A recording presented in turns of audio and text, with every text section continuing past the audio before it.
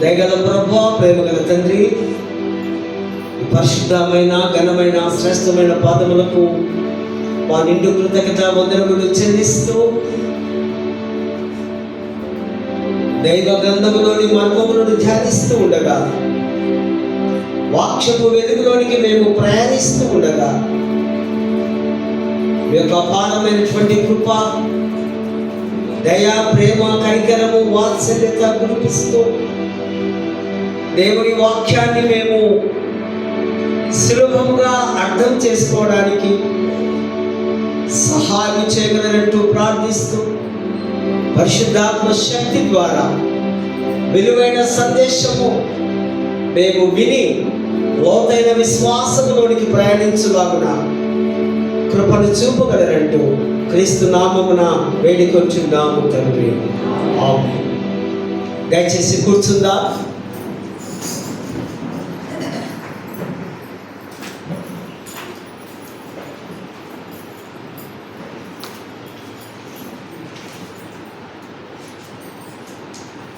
దేవుని పరిశుద్ధ మహిమగల నామానికి వందనములు, స్తోత్రములు చెల్లిస్తూ ఉన్నాను.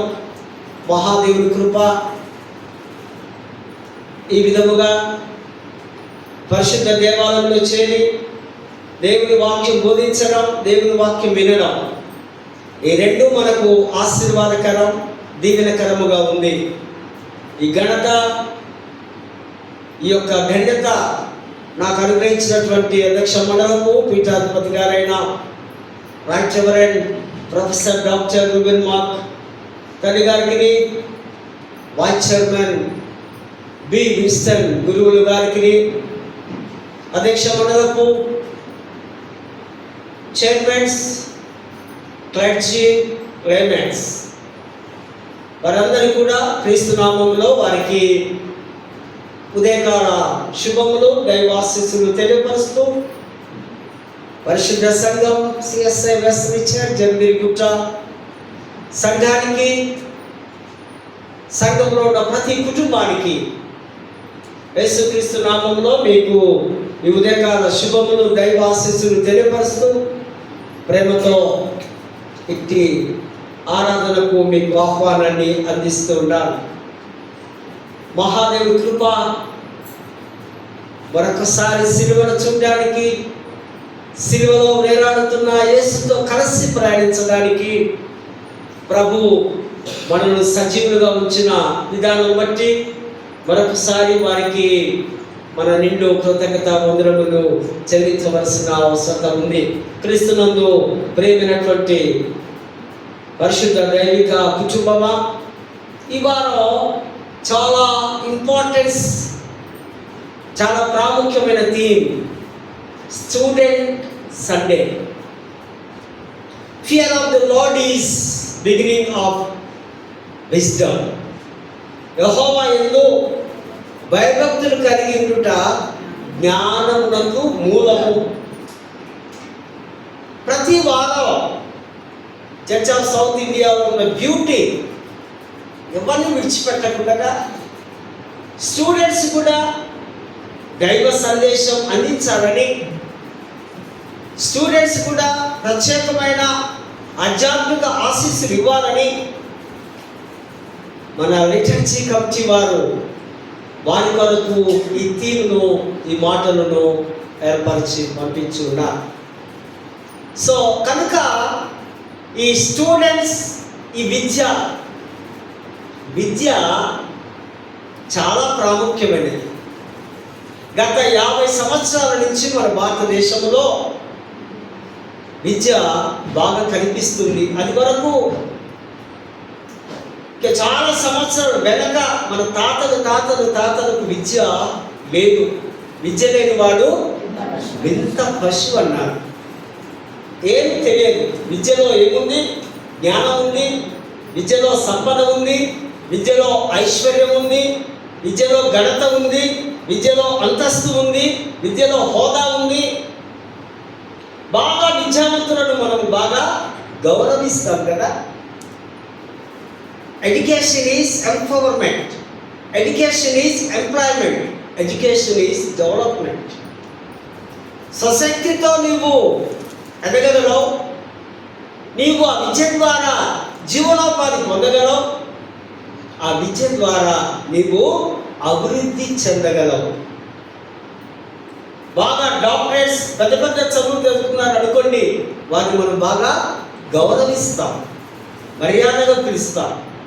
ఆ విద్యావంతులను ఆ విధంగా గౌరవించాలని మనకు నేర్పిస్తూ ఉంది.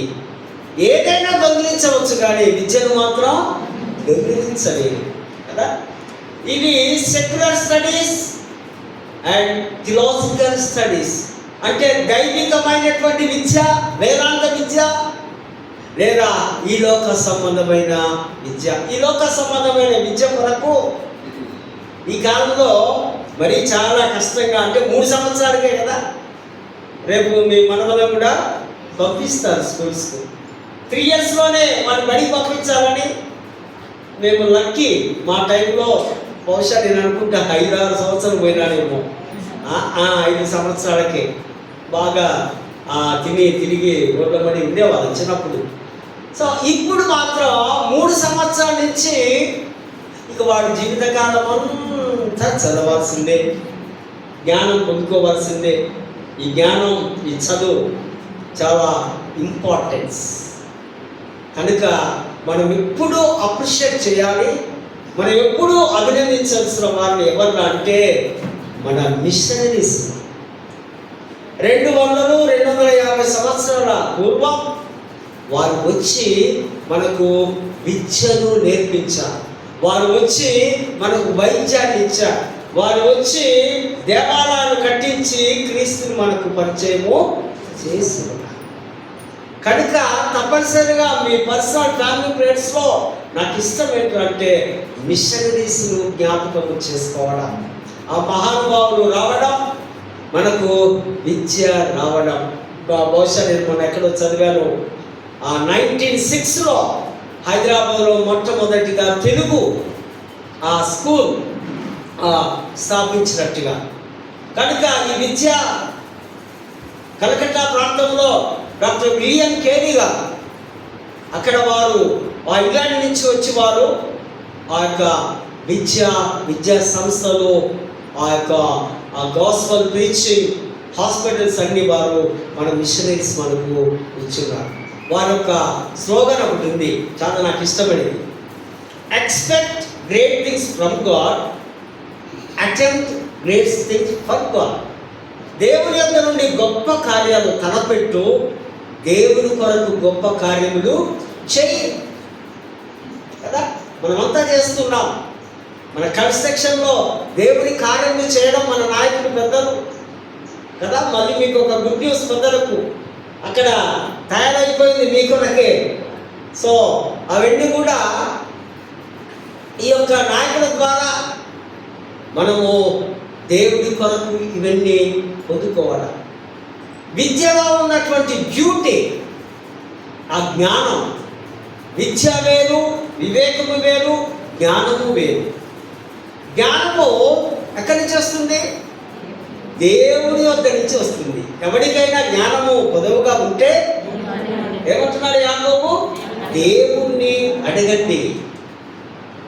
విద్య త్రొవ్వుతున్న కొలది బావిలో నీరు చేరుతూ ఉంటే ఊటుతూ ఉన్నట్టుగా ఈ విద్యార్థులు ఈ విద్య ఒక స్థాయిలో నుంచి మరొక స్థాయిలోనికి, ఒక అంతస్తులో నుంచి మరొక హోదా అంతస్తులోనికి, ఎలిమెంటరీ స్కూల్ నుంచి హై స్కూల్లోకి ప్రమోట్ కావడం, హై స్కూల్లో నుంచి కాలేజెస్ ప్రమోట్ కావడం, కాలేజీలో నుంచి యూనివర్సిటీస్కి ప్రమోట్ కావడం, విద్య అంచెలంచెలుగా ఎదుగుతూ చదవడం.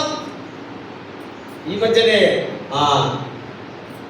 సివిల్స్ వారి రిజల్ట్ కూడా మనం చూసాం. చాలామంది మన తెలంగాణ, ఆంధ్ర, తెలుగు పిల్లలు వారంతా క్వాలిఫైడ్ అయ్యారు. అంతా సంతోషం అనిపిస్తుంది. ఎంత జ్ఞానం దేవుడు వారికి ఇస్తే ఈ విధంగా వారు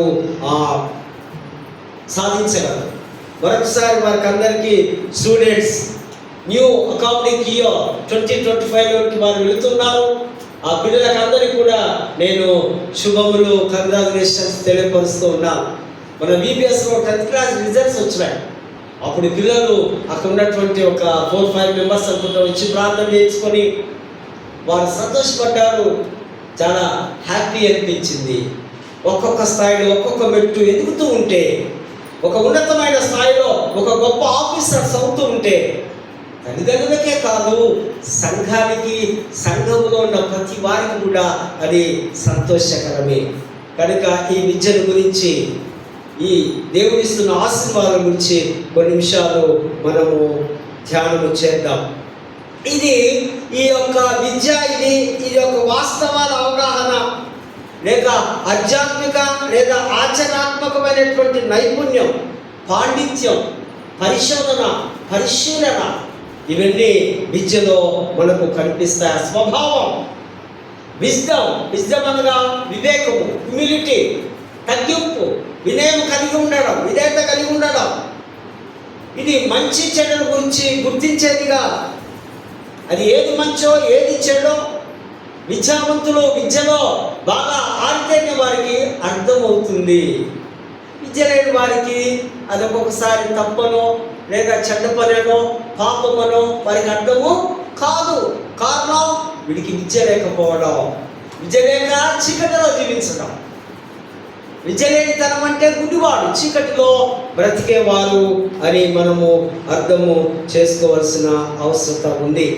స్పిరిచువల్ విజ్డమ్ ఒక వ్యక్తి యొక్క అంతర్గత స్థితి, ఆధ్యాత్మిక స్థితి,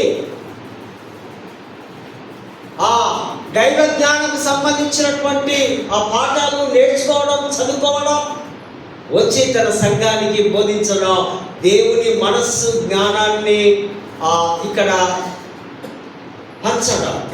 ఇది స్పిరిచువల్ లైఫ్. ఇది జీవన ధర్మం గురించి, ఆత్మీయ స్థితిని గురించి తెలియపరుస్తుంది. ధర్మశాస్త్రంలో, ఆ చట్టంలో జీవం ఉంది.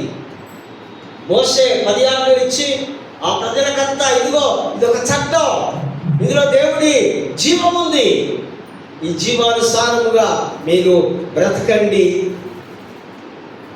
అని అక్కడ మోషే మనకి ఇస్తున్నటువంటి సూత్రాలను, సత్యాలను మనము చూస్తుంటున్నాం. జ్ఞానం అంటే దేవుని సత్యానికి, దేవుని మార్గాలకు, దేవుని మాటలకు విధేయత చూపడమే జ్ఞానము. జ్ఞానవంతులు వైస్మెంట్ ఎవరు అంటే దేవుని చిత్తానికి లోబడి బ్రతికేవాడు, దేవునితో సంబంధము, ఐక్యత కలిగి ఉన్నవాడే ఆయన మరి మంచి వివేకవంతుడని దేవుడి వాక్యము సెలవిస్తుంది. ఆయన వైభవం మీద, ఆయన పరిశుద్ధత మీద ఆధారపడి ఆయనకు భయభక్తులు కలిగి ఉండడం అంటే దేవునికి లోబడి జీవించడమే. యెహోవా యందు భయభక్తులు కలిగిన వారు ఈలాగున ఆశీర్వదింపబడుదురు అంటూ 128వ కీర్తన 1వ వచనములో మనం చూస్తాం. దేవుడి ఆశీర్వాదన కావాలంటే ఆయన భయభక్తుల్లో మనము బ్రతకాలి, జీవించాలని దేవుని వాక్యము సెలవిస్తుంది. ఆయన పరిశుద్ధాత్మ, ఆయన ఆదరణ, ఆయన సన్నిధి మనకు తోడుగా ఉంటుంది. ఆయనకి ఎప్పుడు లోబడితే, ఆయనకి ఎప్పుడు సరెండర్ అవుతే, ఆయనలో ఎప్పుడు నువ్వు లీనమైపోతావో, మిక్స్డ్ అయిపోతావో, అప్పుడు నీవు ఆయనను గౌరవిస్తున్నావు, ఆయనకు భయపడుతున్నావు, ఆయనలో కలిసి ఉన్నావనే సత్యాన్ని ఇక్కడ మనము జ్ఞాపకము చేసుకోవాలి. జ్ఞానము నీ హృదయంలో అది చొచ్చిపోయి నీ జీవాన్ని ఇస్తూ, నీ జీవ శక్తిని కలగజేస్తూ, సత్యమైనటువంటి ఆత్మ మన హృదయాల్లో జీవాత్మ నివసిస్తుంది అని లేఖన భాగాలు మనకు సూచిగా బోధిస్తూ ఉన్నారు. సామెతల గ్రంథం 4-5వ అధ్యాయంలో 4వ అధ్యాయము 5వ వచనంలో జ్ఞానమును సంపాదించుకొనుము, బుద్ధిని సంపాదించుకొనుము. జ్ఞానము మనము మన దగ్గర ఉన్నటువంటి వస్తువులైన అన్ని వెల చెల్లించి సంపాదించుకోవాలి. అది దేవుడి దగ్గర నుంచే వస్తుంది. జ్ఞానము 2 విధాలుగా మనం చూస్తాం. మొదటిది బోధన వలన. దేవుని వాక్యం బోధకులు, దేవుని సేవకులు బోధిస్తూ ఉన్నప్పుడు ఆ వాక్యానికి లోబడి, ఆ వాక్యాన్ని అర్థం చేసుకొని బోధ ద్వారా వచ్చే ఆ వ్యక్తి ఆత్మీయ మార్పు కలుగుతుంది. ఎప్పుడైతే బోధనను క్షుణ్ణంగా వింటావో, అర్థం చేసుకుంటావో, నీ హృదయంలో తెచ్చుకొని పోతుందో, నీ ఒక నూతన మార్పును చెందగలవు. చెడును, పాపము, శాపం నుంచి నువ్వు దూరపరచబడి దేవుని వైపు తిరుగుతావు. ఈ బోధన ద్వారా, యేసు మాటల ద్వారా, జీవాధిపతి అయినటువంటి ఆ పలుకుల ద్వారా, ఈ వాక్యం అనే దేవుని ద్వారా, నీ వాక్యము నన్ను బ్రతికిస్తుంది అన్నట్టుగా నీవు బోధను నీకెంతో ఇంపార్టెన్స్, వ్యక్తిగత సంబంధం దేవుడితో నీవు కలిగి ఉంటావు. అందుకనే ప్రతి వారం మనము ఆ వాక్యాన్ని మనం బోధించి పిన్ డ్రాప్ సైన్స్గా మనం ఇంటూ ఉండాలి కదా. కారణం ఏంటంటే వినుట వలన విశ్వాసము కలుగును. అది క్రీస్తు నామములో, క్రీస్తు పేరట కలుగుతుంది. నెంబర్ 2, భక్తి. జ్ఞానం యొక్క విలువను గుర్తించి శ్రద్ధగా వెతికితే వారికి అది దక్కుతుంది. దేవుని క్రమశిక్షణ, దేవుని ఆజ్ఞలను అవి మనకు సమృద్ధివంతంగా ఇస్తాయి. వెండి బంగారము కంటే జ్ఞానము ఎంతో విలువైనది, దానిని ఎవరు దొంగిలించలేరు. ఈ వెండి ఆ బంగారు ఒకవేళ క్షీణించిపోతాయేమో, దొంగలు బహుశా అది తస్కరించి నీ నుంచి దూరపరుస్తాయేమో, కానీ నీలో ఉన్నటువంటి జ్ఞానం, నీలో ఉన్నటువంటి భక్తిని ఎవరు కూడా తీసుకొని వెళ్ళలేరు. జ్ఞానము జీవమునిస్తుంది. నిరంతరము నీ జీవించడానికి, నీవు దీర్ఘాయువుగా ఉండడానికి నీ ఆవశ్యక మూలము జ్ఞానమే. నీవు బ్రతుకుతున్నావంటే నీవు జ్ఞానవంతులు అని అర్థం చేసుకోవాలి. ఇది నైతిక ఆధ్యాత్మిక జీవితం. దీర్ఘాయువు అనగా మరణము తర్వాత జీవించడం. ఇది చాలా ఆశ్చర్యమే. మరణం తర్వాత జీవితం ఎక్కడిది? మరణము తర్వాత జీవితమే ఆత్మీయ జీవితం. అదే ఇంపార్టెన్స్. అదే పరలోకములో యేసుతో తరతరములు, యుగ యుగములు ఆయనను స్తుతిస్తూ, ఆరాధిస్తూ, గణపరుస్తూ, మహిమపరుస్తూ దీర్ఘాయువు అంటే అదే. అక్కడ నీకు మరణము లేదు. అక్కడ నీకు ఇక ఏది కొదవ ఉండదు. ప్రభుతో ప్రతి నిత్యము నీవు కలిసి ఆయనతో ఉంటామనే సత్యాన్ని ఇక్కడ మనము అర్థం చేసుకుంటున్నాం. మరణం తర్వాత జీవితానికి ఒక నిరీక్షణ ఉంది. యేసులో జీవం ఉంది. ఆయనే జీవాధిపతి. మన జీవము ఆయనలో కూడా దాచబడి ఉంది కనుక ఆ నిరీక్షణతో ఈ లోకంలో మనం జీవిస్తాం. మన నిరీక్షణ ఏంటో తెలుసా? ప్రభువును, యేసును కలుసుకుంటాం. హల్లెలూయా, హల్లెలూయా.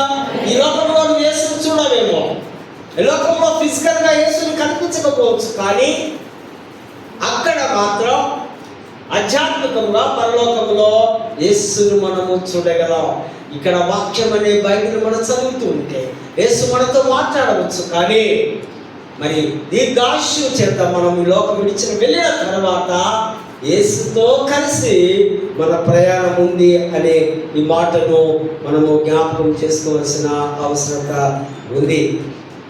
బైబిల్ గ్రంథంలో పాత నిబంధనలో 2 జ్ఞానవంతులు ఉన్నారు. నెంబర్ 1 ఒకరెవరు? యేసేపు. యేసేపుకు బాగా జ్ఞానం ఇచ్చినాడు దేవుడు. శోధనలు, శ్రమలు, కష్టాల తర్వాత ఆయన ఎక్కలేని ఎత్తైన శిఖరాన్ని ఎక్కించి ఐగుప్తు దేశం అంతటి మీద ఆయన ఒక గొప్ప ప్రధాన రాజుగా, మంత్రిగా ఆయనను దేవుడు దీవించాడు. ఒకే ఒక కారణం తెలుసా? దేవునికి లోబడి బ్రతకడం, దేవుడి జ్ఞానం పొందుకోవడం. శోధనలు వచ్చున్నాయి, సమస్యలు వచ్చున్నాయి, జైలుకు పోయినాడు ఆయన, కానీ ఆయన వెంబడి ఎవరున్నారట? దేవుడు ఆయనకు తోడుగా ఉండేది. ఎంత మంచి మాట అండి! ఎవరు తోడున్నారు మనకు? దేవుడు తోడున్నారు కదా. దేవుడు తోడు ఉంటే అద్భుతాలు నువ్వు చూడగలవు, నువ్వు చేయగలవు. రెండవ వ్యక్తి ఆ యూదా బాలుడు ఎవరట? ఆయన దానియేలు కూడా ప్రార్థనాపరుడు. దానియేలు బాగా ప్రార్థన చేసి దేవుడు జ్ఞానం పొందుకున్నాడు కనుక కలలో భావాలు చెప్పడం, ఆ యొక్క నెబుకద్నెజరు రాజు చేతిలో మరి బలమైనటువంటి వ్యక్తిగా, ఆ దేశానికి అంతటికి ఒక నాయకుడుగా. కారణం ఒకే ఒకటి, దేవుడికి లోబడి దేవుడు ప్రేమించినాడు కనుక ఆయనను దేవుడు జ్ఞానవంతుడిగా మార్చి ఉన్నాడనే సత్యాన్ని మనము చూస్తుంటున్నాం. మరి పౌలు అంటాడు, ఈ మనుషుల జ్ఞానం, ఈ లోక జ్ఞానము వెర్రితనం, పిచ్చోడు, ఫూల్స్. మనందరి జ్ఞానము ఫూల్స్ లాగా ఆయన ట్రీట్ చేస్తారు. ఇది దైవికమైన ఈ లోక జ్ఞానము మూర్ఖత్వం ఉంది. అదే యాకోబు కూడా అంటాడు, యాకోబు 3వ అధ్యాయంలో, పై నుండి వచ్చే జ్ఞానము శ్రేష్టమైనది, సమాధానమైనది, పవిత్రమైనది, ప్రేమ గలది. పైనుంచి వచ్చేది, కానీ క్రింది నుంచి లేదా ఈ లోకం నుంచి వచ్చే జ్ఞానము దయ్యపు జ్ఞానం. హల్లెలూయా. దయ్యపు జ్ఞానం కావాలా? దయ్యపు వేషాలు కావాలి? దయ్యపు ఆలోచన మనకు కావాలా? మనకు కావాల్సింది ఎక్కడి నుంచంట? పై నుండి వచ్చే జ్ఞానం. యేసు జ్ఞానంలో ఏముంది? పవిత్రత ఉంది, పరిశుద్ధత ఉంది, ప్రేమ ఉంది, సమాధానం ఉంది. ఇది మనం కావాలి, మనకు నేర్చుకోవాలని భక్తుడు రాస్తున్నటువంటి మాటలు మనము చూస్తూ కూర్చున్నాం. ద్వితీయోపదేశ కాండంలో ఒక శ్రమ ఉంది 6వ అధ్యాయంలో. ఆ శ్రమ ఏంటంటే, నీ దేవుడే యెహోవాను నీవు పూర్ణ హృదయముతో, పూర్ణ మనస్సుతో, పూర్ణ ఆత్మతో, పూర్ణ బలముతో, పూర్ణ శక్తితో, అన్ని పూర్ణ పూర్ణ పూర్ణ అంటే కంప్లీట్గా 1% కూడా తేడా లేకుండా నీవు దేవుణ్ణి ప్రేమించాలి. ఈ క్షమ, ఈ విశ్వాస సూత్రం యూదులకు ఇంపార్టెన్స్ మాట ఇది. కానీ తర్వాత కింది వచనాల్లో వారు చెప్తారు, ఇది మీ పిల్లలకు మీరు నేర్పించండి. ఎవరికండి? ఎవరు నేర్పించాలి? మీ పిల్లలకు నేర్పించాలి. మీ పిల్లలకు వాడు 3 సంవత్సరాలు 4 సంవత్సరాలు రాగానే ఏబిసిడి రాయ్, ఇది రాయ్, అది రాయ్, ఇది రాయ్, మంచిదే. కానీ రోజుకొక మాట, దేవుని పలుకు, దేవుని మాట మన బిడ్డలకు చెప్పాలి. It is must. ఇది తప్పదు.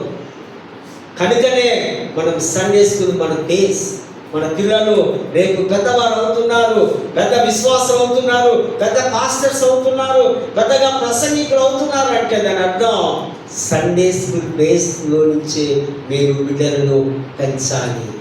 కనుకనే ఆ యొక్క యూద పురుషులు, స్త్రీలు ఆ బిడ్డలకు దేవుని యొక్క ధర్మశాస్త్రపు వాక్కులు ఆ చేతికో నష్టకో యెహోవా పరిశుద్ధుడు, పరిశుద్ధుడు, పరిశుద్ధుడు బిడ్డ అని నేర్పించారట. తల్లిదండ్రులు ఆ ఇల్లు అది దైవ ఆ జ్ఞాన కేంద్రముగా ఉండాలి. హౌస్ మన ఇంటిలో దైవ జ్ఞానం ఉండాలి, దైవ జ్ఞానము కాదు. మన ఇంటిలో కొట్లాటలు, పంచాయతీలు, సమాధానం లేని స్థితి కాదు. ఒక్క పూట భోజనం చేసిన ప్రభువా ఈ ఆహారం ఇచ్చిందా, నీకు వందనాలు చెల్లిస్తున్నా, ఇదిగో నన్ను బ్రతికింపజేస్తున్నావు, నీకు వందనాలు చెల్లిస్తున్నా అని ఎప్పుడు మనము ప్రార్థించే వారముగా ఉండాలని దేవుడి వాక్యము సెలవిస్తుంది. దేవుని దైవ జ్ఞానము అనగా దాని అర్థం ఏంటంటే దేవుని పట్ల లోతైన గౌరవం, భక్తి, ఆయన సర్వశక్తుడని, సర్వాంతరామని, సర్వవ్యాప్తి అని, సర్వ సృష్టికర్త అని ఆయనకు భయపడి లోబడి ఆయన చిత్తానికి లోబడి జీవించడమే నిజమైనటువంటి జ్ఞానానికి పునాది అని భక్తుడు రాస్తూ ఉంటూ ఉన్నారు. మరి కీర్తన ఆ గ్రంథంలో కూడా మనం చూస్తే 14th చాప్టర్లో 1వ వచనంలోనే దేవుడు లేడని ఎవడనుకున్నాడంటే బుద్ధిహీనుడు. బుద్ధిహీనుడు అంటే దుష్టుడు. దుష్టుడు అంటే కీర్తనలో 1వ అధ్యాయంలో దుష్టుల ఆలోచన చొప్పున చదువుకోండి రోజు. ఇది మీరు చదువుకొని, ఇది మీరు నోట్ చేసుకుంటే, ఇది మీరు హృదయంలో రాసుకుంటే ఇది అటువంటి వారి జోలికి మనం వెళ్ళాం. ఇక్కడ చూస్తూ ఉన్నాం, ఇది బుద్ధిహీనులు తమ హృదయంలో అనుకుందురు. నాస్తికులు, నాస్తికవాదం 100 years నుంచి మన ఇండియా ఉంది.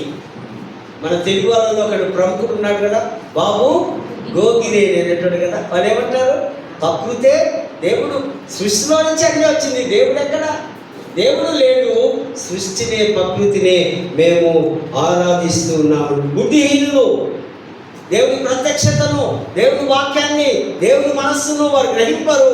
వీరిని నాస్తికులు, అథెటిస్ట్ అని వీరును అంటున్న వక్ర బుద్ధి గలవారు, వక్ర ఆలోచన గలవారు, తప్పుడు సిద్ధాంతాలు కలిగిన వారు, దేవుడు లేడని మేము ప్రూవ్ చేస్తామని చెప్పేవారిని ఇక్కడ వీరు ఏ మతాన్ని కూడా అంగీకరించని వారిగా ఉన్నారు. చదవబడిన లేఖన భాగాల్లో మనం చూసినట్లయితే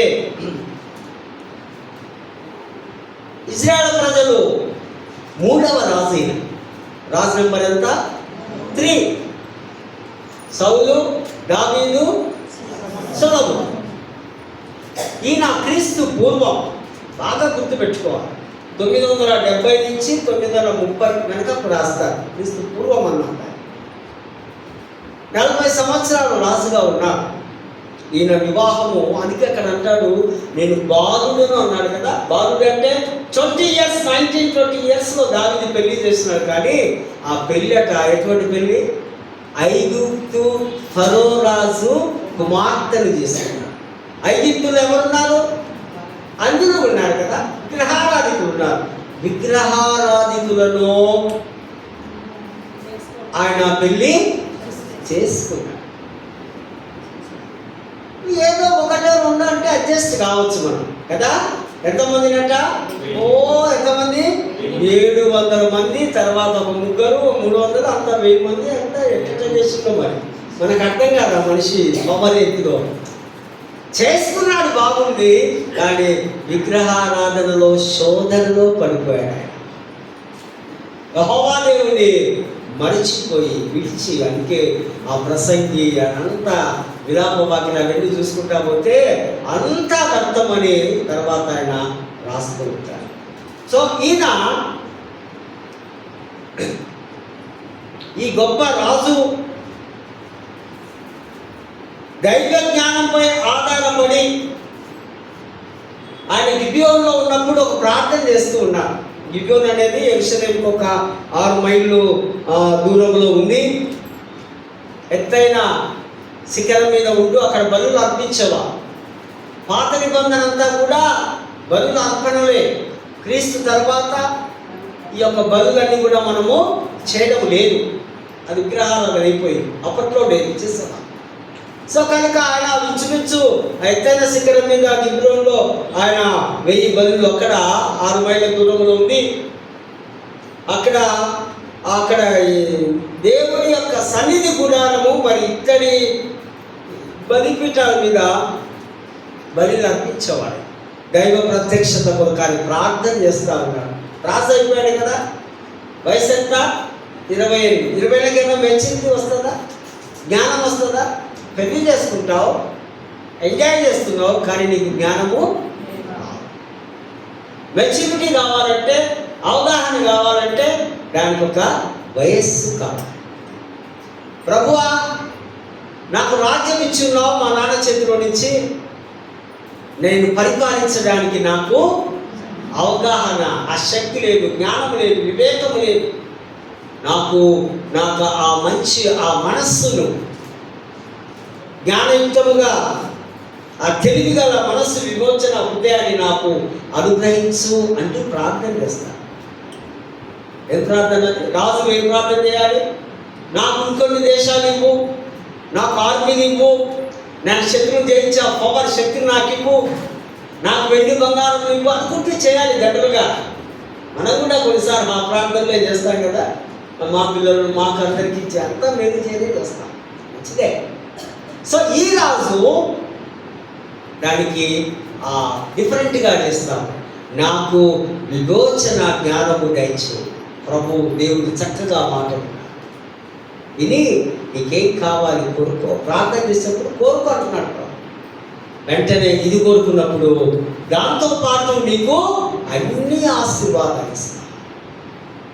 నీలాంటి జ్ఞానవంతుడు ఎవరు లేకుండా నేను చేస్తా, నేను గొప్పవాడిగా చేస్తాను అని ఆ యొక్క వాగ్దానాన్ని ఇక్కడ మనము చూస్తున్నాం.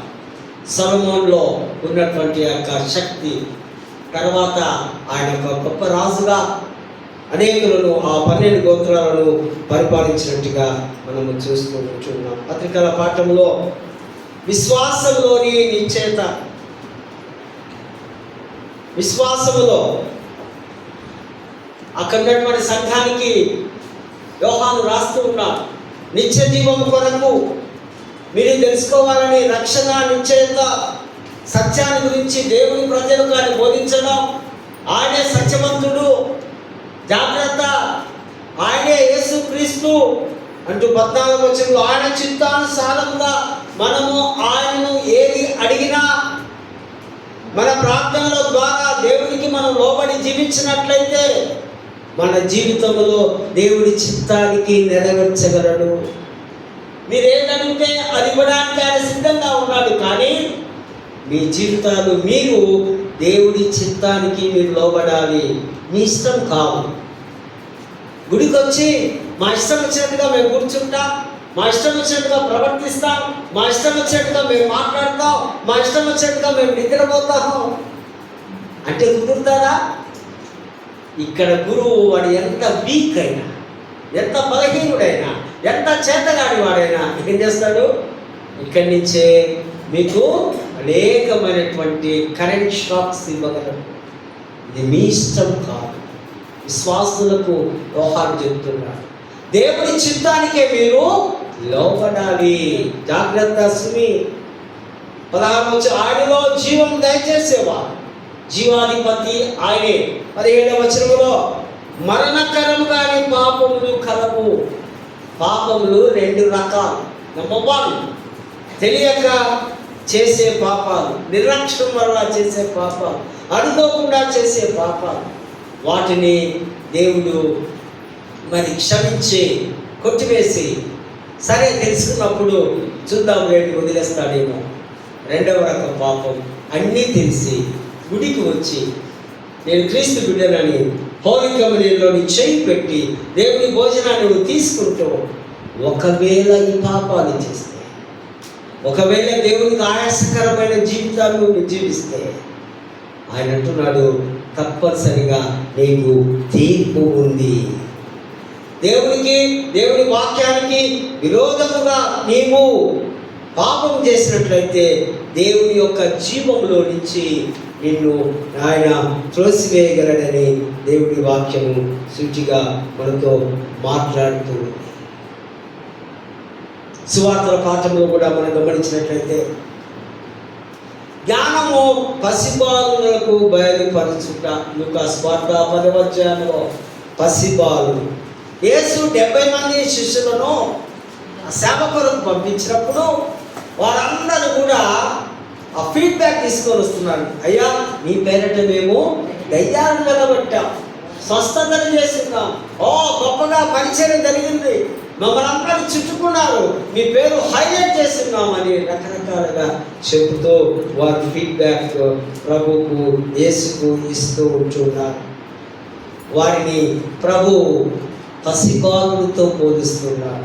పసిబాలులు జ్ఞానము, వివేకము అనగా వారిలో ఉన్నటువంటి దైవ జ్ఞానం, వరములు, దయ్యాలు కనుగొట్టే శక్తిని యేసు మాత్రమే వారికి అనుగ్రహించున్నాడనే సత్యాన్ని మనం చూస్తున్నాం. ఇందులో 3 భాగాలను మనము గమనించవచ్చు. నెంబర్ 1, దేవుడు పసిబాలులకు సత్యాన్ని బయలుపరచడం.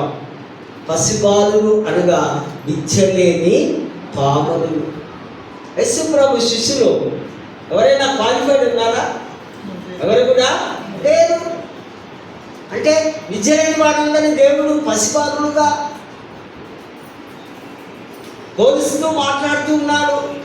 ఆయన పరలోక మర్మములను వారికి తెలియపరచడం, వారికి పరలోక విజ్ఞానము, వినయము, వాళ్ళు హ్యూమిలిటీ ఉంది కనుక, స్వార్థం లేదు కనుక దేవుడు ఆ గొప్ప ఆశీర్వాదాన్ని వారికి అనుగ్రహించున్నాడు. That is number 1. నెంబర్ 2, తండ్రిని కుమారుడే బయలుపరచును. యేసును ఎరుగుటయే దేవుణ్ణి ఎరుగుట. నేను తండ్రి ఏకమన్నా, నన్ను చూసిన వాడు నా తండ్రిని చూసినట్లే నేనే ఆయనను, ఆయనే నేను. ముందు యేసును మనము విశ్వసించాలి. తన ద్వారానే, ఆ యేసుని బ్రిడ్జి ద్వారానే మనం పరలోకానికి రీచ్ కాగలము, పరలోకము చేరగలము.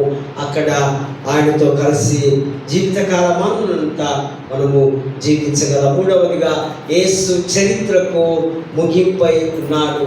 ఆయన ప్రవక్తలతో ఉన్నాడు, సేవకులతో ఉన్నాడు, పామరులతో ఉన్నాడు, సామాన్య మనుషులతో ఉన్నాడు. ఆయన ఈ లోకంలో 33.5 సంవత్సరములు ఆయన జీవించి ఉన్నాడు. కనుక ఆయన జీవించున్నాడు కనుక మనము ఇప్పుడు జీవిస్తున్నాం. మనము కూడా ధన్యులమే. యేసు నామాన్ని ఎవరైతే ధరించుకున్నారో వారందరూ ధన్యులు అన్నది అని దేవుని యొక్క మాటలు ఇక్కడ మనం చూస్తున్నాం. ప్రేమైనటువంటి వారులారా, ఈ లిబరేషన్, ఎడ్యుకేషన్ బ్రింగ్స్ లిబరేషన్. ఈ యొక్క విద్య మనల్ని విడుదల నుంచి విడుదలకు తీసుకొని వస్తూ ఉంది. మన నల్లసూరుడైనటువంటి సౌత్ ఆఫ్రికా ప్రెసిడెంట్ 25 సంవత్సరాలు జైల్లో ఉన్నాడు. ఆయన ఎవరైనా తీసుకోరు, నెల్సన్ మండేలా. నెల్సన్ మండేలా గారు ఒక అద్భుతమైన మాట ఆయన చెప్తున్నాడు. The other side of education is ignorance. మరొక వైపు విద్య లేకపోతే అది చీకటిగా, అజ్ఞానముగా. ఇగ్నోరెన్స్ అంటే అజ్ఞానము, జ్ఞానం లేనితనము. విద్య ప్రతి ఒక్కరికి అవసరమని వారు తెలియపరుస్తూ ఉంటూ ఉన్నారు. ఎడ్యుకేషన్ అన్నది ఈ దినాల్లో మనకు బాగా వచ్చింది కదా, దూర విద్య, డిస్టెన్స్ ఎడ్యుకేషన్. ఆధార్ కార్డు ఉంటే చాలు, మీకేం సర్టిఫికేట్ అక్కర్లేదు, డైరెక్ట్గా పోస్ట్ గ్రాడ్యుయేట్ చేయొచ్చు. వయసు ఉంటే, మీకు చదివే ఓపిక ఉంటే, చదువు ఎంతో స్వీటెస్ట్ ఆ యొక్క పదార్థం. బాగా చదువుకున్నవారు అనుకోండి, అనేక విషయాలు మనము తెలుసుకోగలం. కనుక అందరికీ చదువు ఇంపార్టెన్స్. చదువులేని వారిని విత్తపశు అన్నారు మన పెద్దలు. కనుక చదువులో ముందుకు కొనసాగాలి. దేవుడి యొక్క మహాకృపలో మన సంఘంలో మన బిడ్డలందరూ కూడా all are educateds. I think ఎక్కువ శాతం అందరూ కూడా విద్యావంతులే ఉన్నారు. అందులో ప్రాముఖ్యంగా మన సంఘంలో మన సంఘ సభ్యులు ఒకరు డాక్టరేట్ చేసి ఉన్నారు కదా, జాన్ మోదస్. ఎటువంటి చదువు అది? హైయెస్ట్. దానికి మించిన చదువు మరొకటి డాక్టరేట్ అంటే అంతే క్లాస్. అది సామాన్యంగా ఆ డిగ్రీ పొందలేదు, ఎంతో కృషి చేయాలి. చదవండి. అటువంటిది డిస్టెన్స్లో కూడా బహుశా ఉస్మానియా ఉందేమో, బట్ దానికి ఎంట్రన్స్ చాలా ఒకసారి నేను వెళ్ళా చేద్దామని. ఎంట్రన్స్ పేపర్, మోడల్ పేపర్ చూస్తే ఇంగ్లీష్ అర్థం కాలేదు, సోషాలజీలో చేద్దాం అనుకున్నాను. దాని గురించి కూడా నాకు సరిగా అర్థం కాదు. కాకపోతే ఆ ఎంట్రన్స్ టెస్ట్లో పాస్ అవుతే తర్వాత 4, 5, 6 సంవత్సరాలు ఏమో కోర్సు ఉంటుంది. ఘనమైనటువంటి ఆ బిరుదు చదవండి. మీకు తెలుసా, శంకర్దాస్ శర్మ మన రాష్ట్రపతి అనుకుంటా, పెద్ద మనిషి, సత్యదాకానే చదివి తను 70 ఇయర్స్లో కూడా ఏదో ఎగ్జామ్ రాసి మన అంబేద్కర్ గారు లాగా. సో చదువు ఎంతో విలువైనది. చదువు మీకు అన్ని విధాలుగా నేర్పిస్తుంది. చదువు చాలా ప్రాముఖ్యమైనది. కనుక ఇంకా మాకు వయసు లేదు, మాకు కళ్ళు కనిపిస్తలేవు, ఇంకేం చదువుతాం, కుటుంబ భారాలు ఉంటాయి, అన్నీ ఒక సైడ్ ఉన్నాయివ్వండి. ఎడ్యుకేషన్ ఒక సైడ్ పెట్టుకోండి. తప్పనిసరిగా మీరు ఆ డిగ్రీస్ని బట్టి మీకు వాల్యూస్ మనకు పెరుగుతాయి.